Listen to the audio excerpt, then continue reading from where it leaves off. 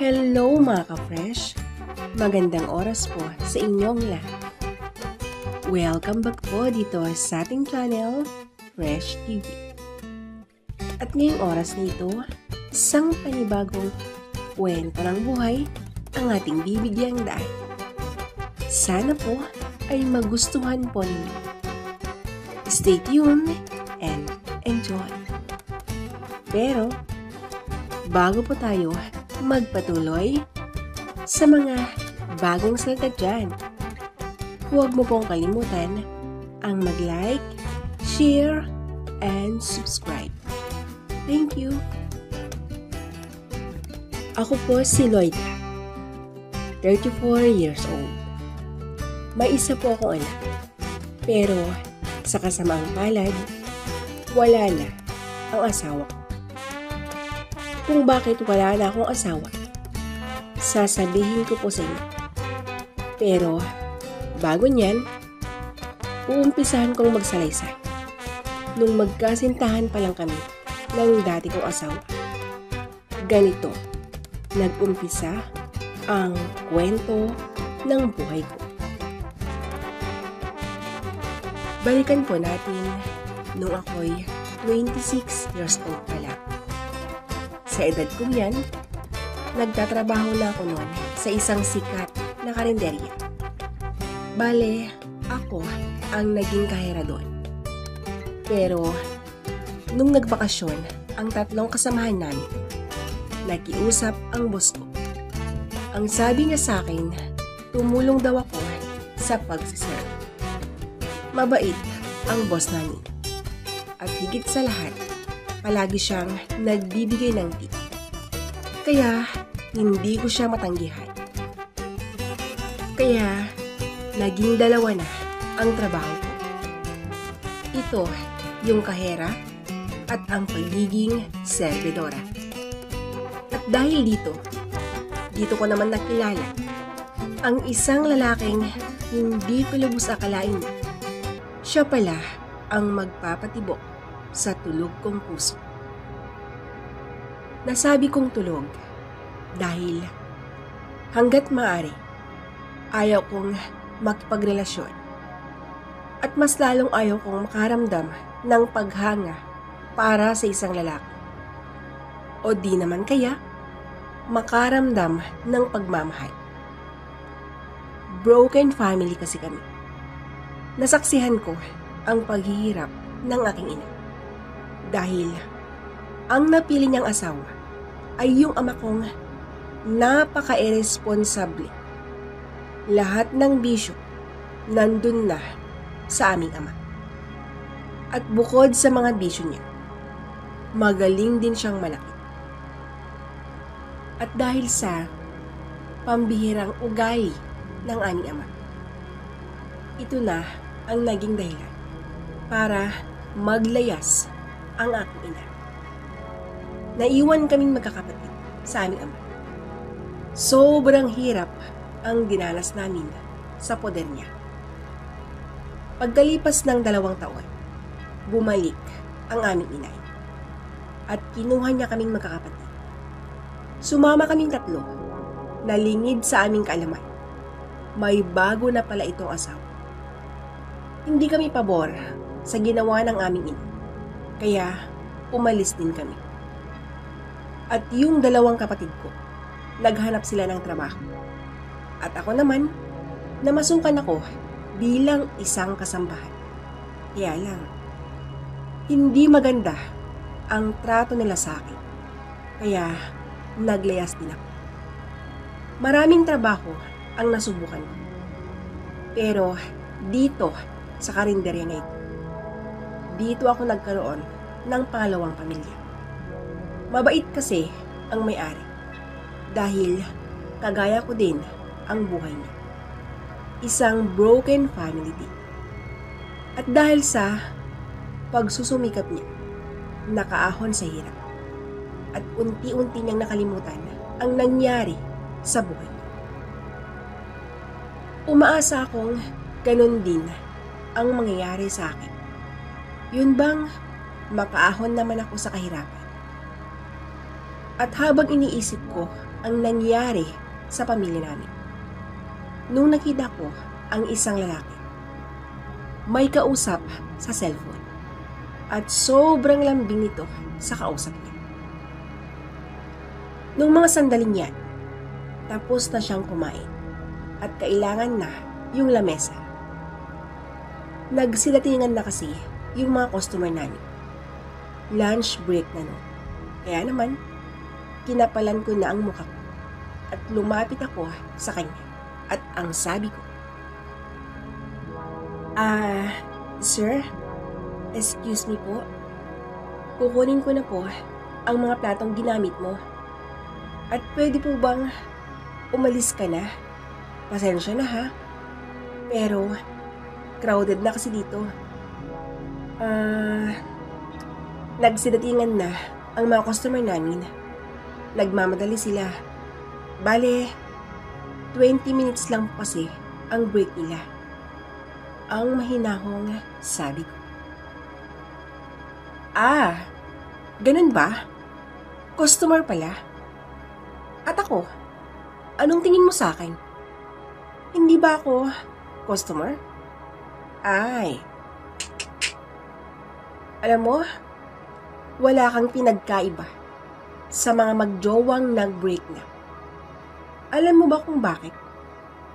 Yung mga ex kasi nila, basahan na lang ang tingin nila. Pagkatapos ang lahat-lahat, nakakala mo naman, hindi niya kinababaliwan nung magkasintahan pa lang sila. Ganyan ka eh. Hindi porket tapos na akong kumain, hindi na customer ang tingin mo sa akin. Ganyan nga siguro kayong mga babae. Hay nako, bumalik na nga tayo sa pinag-uusapan natin. Baka mamaya, humaba pa ang usapan na to. Sila lang ba ang mga binibigyan nyo ng importansya ngayon dito? Hindi porket marami sila. Sila na ang may priority dito sa restaurant na to. Hindi ba customer ang isang katulad ko? Oo, nag-iisa lang ako. Ganyan na ang trato nyo. Sige, para naman wala kayong masabi, lalo ka na, umalis na ako. At ito na ang una at huling pagpunta ko dito. Ang galit na sigaw ng lalaki. Sa husay niyang magsalita, hindi man lang ako nabigyan ng pagkakataon para makapagsalita din. At aalis na sana siya noon nung biglang nagsalita si boss sa aking likuran. At ang sabi niya, "Teka lang, sandali. Pasensya ka na, Mario. Ngayon ka lang nakita ni Loida. At ngayon ka lang kasi napagawi dito. Ano bang ginagawa mo? Sobrang busy mo na kasi sa buhay mo. Pasensya na," ang sabi ni boss. Ayan tayo eh. Hindi naman porket hindi niya ako kilala, ganyan na. Anong gusto mo palang gawin ko? Tita, dalasan ko ang pagpunta ko dito para lang makilala din ako ng mga tauhan mo. Alam na alam mo naman ang pinagdadaanan ko, di ba?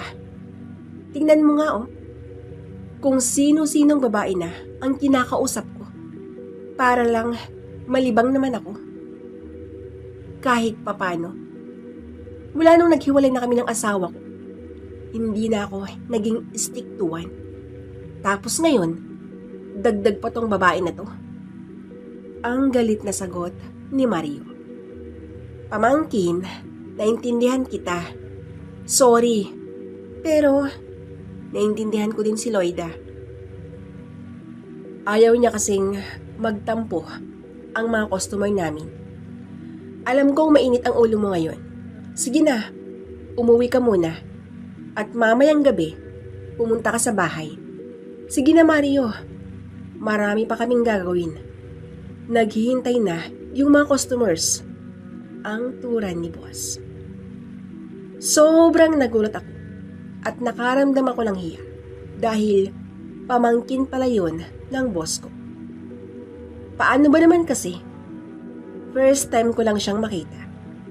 At itong si boss naman, hindi man lang niya sinabi sa akin ang sabi ko sa aking sarili. Loida, alam kong nagtataka ka kung bakit ganon ang inasal ni Mario. Pagpasensyahan mo na. Broken-hearted kuno ang chick boy na yan. Oo, napaka-babaero niya. Ewan ko ba kung bakit nag-e-emote ang mokong na yun. Sige na, Loida. Asikasuhin mo na yung mga customer natin, ang sabi ni boss. Gusto ko siyang tanungin kung bakit niya sinabing pamangkin niya si Mario. Ang pagkakaalam ko kasi, wala siyang kamag-anak sa lugar na yun. Wala nang oras para kausapin ko siya. Dahil medyo nagkakagulo na sa restaurant. Kaya agad na akong nagtrabaho. Habang inaasikaso ko ang mga customer, hindi pa rin mawala sa isip ko si Mario. Kahit alam kong babaero na ito. Tila ba gusto kong malaman ang buong pagkatao niya?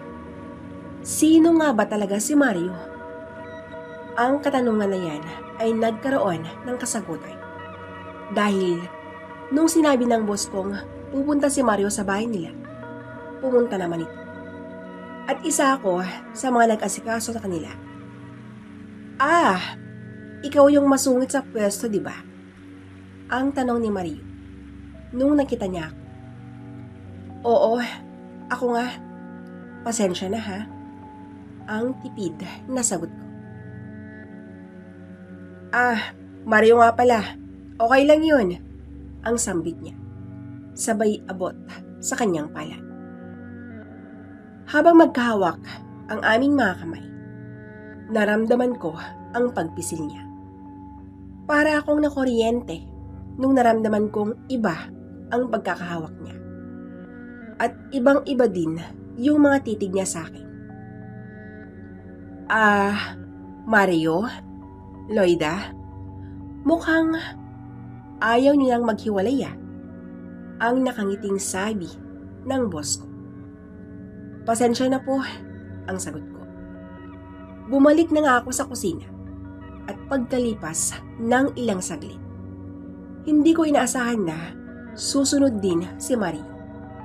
At dito ko nalaman ang lahat tungkol sa buhay niya. At pati na rin yung samahan nila ng boss ko. Yung ama pala niya, matalik na kaibigan niya yung boss ko. Kaya tinuring ni boss na pamangkin tong si Mario. Isang negosyante din daw ang ama niya. At yung tungkol naman sa unang naging asawa niya, hindi na raw nakatiis sa ginagawa niya. Dahil babaero talaga ito. Inaamin naman niya yun. Pero ang sabi niya, hindi naman daw niya pinipilit yung mga babaeng sumama at makipagrelasyon sa kanya. Marami ang mga napag-usapan namin ni Mario. At kahit alam ko na yung mga bad sides niya, ewan ko ba, tila ba hindi naman nawala yung nararamdaman ko para sa kanya. Mula nung nag-usap kami ni Mario, naging madalas na siya sa pinagtatrabahuan ko. Hanggang sa naging close friend na nga kami. Umabot na sa puntong nagparamdam na siyang may pagtingin siya sa akin. Maraming mga babae ang nagkakandara pa sa kanya. Kaya hindi ko nahihinayaan na mapunta siya sa iba. Agad ko siyang sinagot sa loob lamang ng isang linggong panliligaw niya. Naging kami na. At nung magkasintahan na nga kami ni Mario, palagi na kaming pumupunta sa bahay nila. Hanggang sa naisuko ko na sa kanya ang aking sarili. At nagbunga pa ito. Nung nagdadalang taon na ako, hindi ko na kayang magtrabaho dahil napakaselan ang pagbubuntis ko. Lagi akong nahilo at nasusuka. Sinabi ko ito sa boss ko at ang sabi niya, mas maganda daw kung doon muna ako sa bahay nila Mario. Sinunod ko ang payo ng boss ko. At sa awa ng Diyos, welcome naman ako sa bahay ng mag-ama. At sa aking pamamalagi sa bahay nila Mario. Dito na lumabas ang mga ugali nitong hindi ko pa nakikita nung magkasintahan pa lang kami. Ang alam ko lang kasi, babaero lang siya. Hindi naman pala. Wala din siyang pinagkaiba sa aking ama. Halos lahat kasi ng mga bisyo nandun na sa kanya. Yung mga sugal, ginagawa na niya. At minsan lang itong umuwi. Kahit nung nakatira na ako sa bahay nila. Hindi madali ang lahat. Lalo na at yung ama lang niya ang palagi kong kasama. Hindi ko alam kung paano ako makikisama sa biyanan kong lalaki. Bukod kasi sa nalaman kong babaero din ito, lasinggero pa. Madalas siyang umiinom mag-isa, lalo na kung wala siyang trabaho.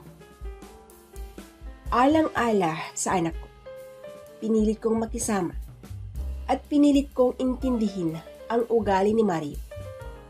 Wala na kasi akong ibang mapupuntahan pa pag lumayas ako doon. At pagkalipas ng 9 na buwan, nanganak na ako. Ang alam ko noon, magbabago na si Mario. Hindi naman pala. Kabaliktaran ang nangyari. Yung biyanan ko ang nagbago mula nung nanganak na ako. Hindi na siya umaalis ng bahay. Yung mga tauhan at katiwala na lang niya ang bahala sa negosyo nila. Nag-focus siya sa akin at sinalo niya lahat ng responsibilidad na dapat sana yung anak niya ang gumagawa nun. Siya yung tumayong ama ng anak ko. At laking gulat ko na lang nun nung nakita kong pangalan niya ang nakalagay sa birth certificate nito. Tinanong ko siya kung bakit niya ginawa yun. Ang sagot naman niya, hayaan ko na lang daw. Dahil siya daw ang mas lalong nakakaalam ng ikakabuti ng anak ko. Hindi na ako tumutulpa dahil alam kong para din sa anak ko yun. Nalaman ni Mario ang ginawa ng ama niya at wala itong pakialam. Nagkibit balikat lang siya. Ngumiti ang ama niya at sinabi niyang, "Salamat Mario." Nagpatuloy pa ang paglipas ng mga araw, buwan at taon. 4 na taon na akong nakatira sa bahay nila Mario. Sa loob ng 4 na taon, hindi pa rin ito nagbabago. At napansin kong lumala pa ang ugali niya. Pero sa mga ginagawa ni Mario, hindi na ako nasasaktan sa ginagawa niya sa aming mag-ina. Dahil si Bianan ang pumuno at sumalo sa lahat ng mga pagkukulang niya. Hindi lang sa pagiging ama ng anak ko ang sinalo ng biyanan ko. Pati na rin kasi ang pagiging asawa, ginampanan na ng kanyang ama.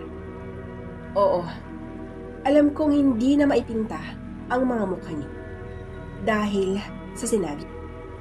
Pero yan ang totoo.